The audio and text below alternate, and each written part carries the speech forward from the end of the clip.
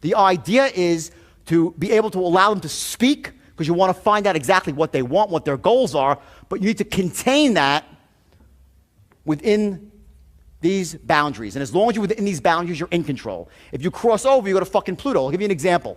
People think that rapport is like if the guy starts talking about hunting in the countryside, you'll spend an hour talking about fucking hunting, right? I've heard some phone calls when the guy goes, oh yeah, well, they're talking about a trading system, right? This internet-based trading system, right? And back and forth it goes, and the guy's qualifying the guy to see if he has money or whatnot. He goes, so how long are you thinking about becoming a trader for? And the guy says, oh, about a year or so, and I have this place up in the countryside, up in northern England, and so on and so forth. And the guy's like, oh, really? Oh, my God, I love hunting. I always go for, and they start talking about fucking hunting. For like 10, 15 minutes, they're talking about hunting because the salesman thinks that's how he's getting rapport. Bullshit. There's no rapport there. The guy knows you. If you have all this time, what does that mean? You ain't that busy, you're not an expert. On a different level, car sales. I had a bug up my ass. I wanted to buy a Porsche Panamera. You know that car, the Porsche? Four-door Porsche, right? So my girlfriend and I, we go out to buy a Porsche, and we're done. We're buying the Porsche. We're ready to write a check for the Porsche. We go to a dealership. The fucking bastard wouldn't sell us a Porsche. They wouldn't sell me a car. It was the worst salesman. I said, I didn't come in saying, I drove in a BMW 750. I got the money, so he knows I'm qualified, right? I said, I want to buy a Porsche. He's like, well, let's take one for a test drive. I'm like, what? He broke my pound. I'm like, what? Test drive? I'm like, okay. I wanted to buy. I didn't say I want to take a test drive. I said I want to buy the car. He made me take a test drive. We go back. I'm not exaggerating. He starts talking about everything but getting me the freaking paperwork. Finally, after an hour, I'm so pissed. My analyst is get out. We left. I said, let's go buy. We're going to buy a Range Rover. I'm not buying a Porsche. He's an asshole. We're buying a Range Rover.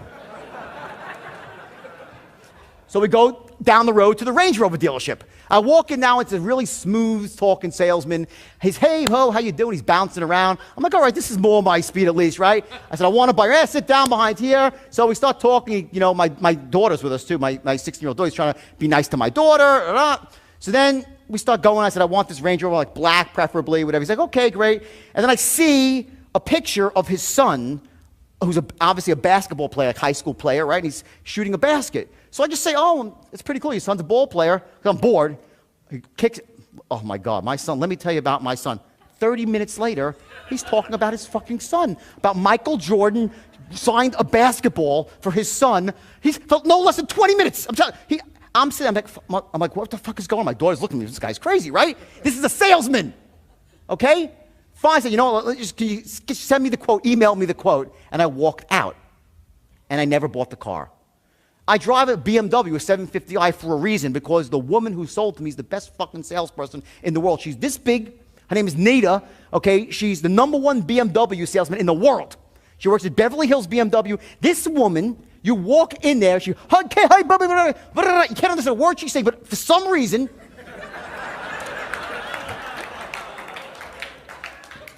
she comes off sharp as a tack, enthusiastic as hell, and unbelievable, right? Am I telling the truth? It's ridiculous, okay? And she's an expert in her field, and all over, plastered on the walls is #1 BMW salesman with new. I'm like, I have a car with her. She tells me what car I should have, what the color should be, and I drive away with it. Hello? That's rapport. And somehow, and I'm sure how, but not sure, unconsciously, I know I like her because through tonality and body language, she fucking hooked me. But it happened on an unconscious level. If I trace back her words, I can't find one word she said that was so compelling. Remember I said I couldn't understand a word she said? She's talking about this one, she name dropped some stars, named the whole thing, right? But somehow, in my heart of hearts, I said, you know what? She cares. She's damn sure is an expert in her field. She's sharp as a tack, and she's so enthusiastic, so it must be great. See, the reason when you say you're enthusiastic, why is that important? Because it must be great. If you call someone, hey, I got this really good product for you, got a minute? They know. In their gut, they know.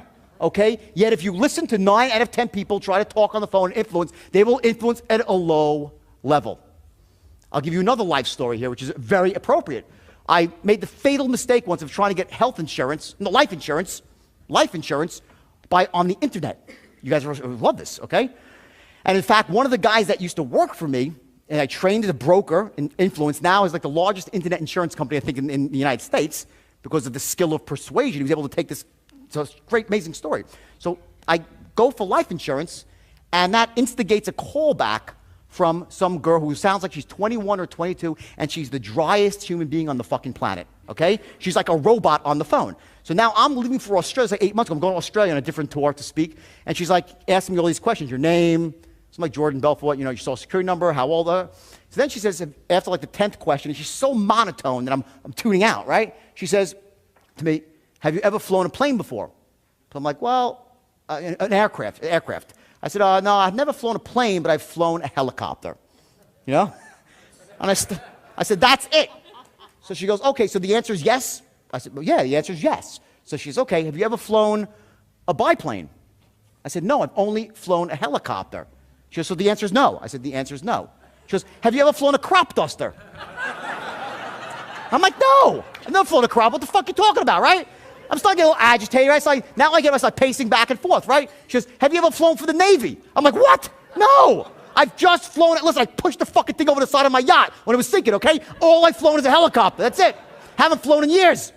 She's like, hold on a second. I'm like, oh shit, she puts me on hold. I'm like, she's gonna hang up on me, this bitch. I'm really pissed. I gotta go to Australia. I'm really pissed, all right?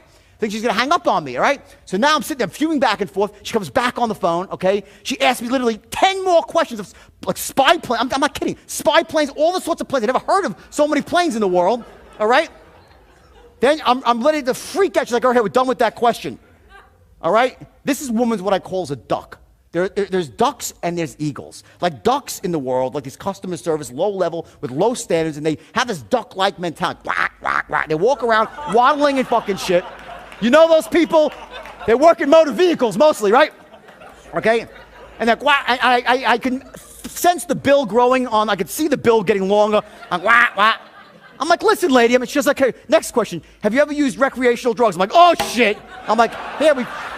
Fuck. I'm like, yes, everything, massive quantities. You happy?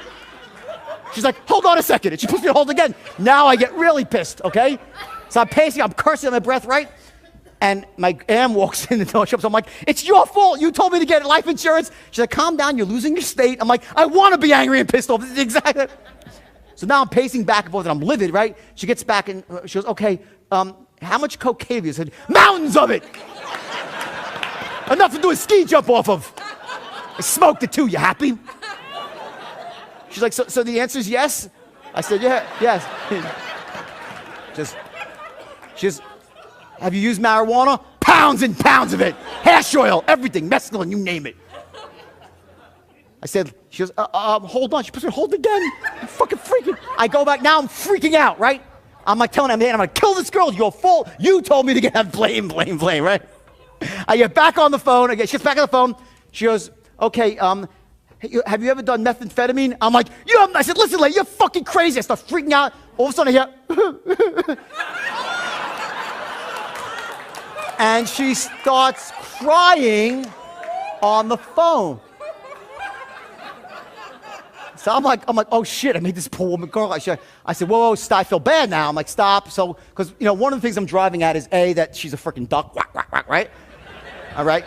And also that my state of anger, I was able to hurt someone by being angry, and I got myself into an angry, pissed off state, so I negatively impacted everyone around. When you're influencing somebody, there's a saying, you catch flies with honey, not vinegar, right? It's the truth.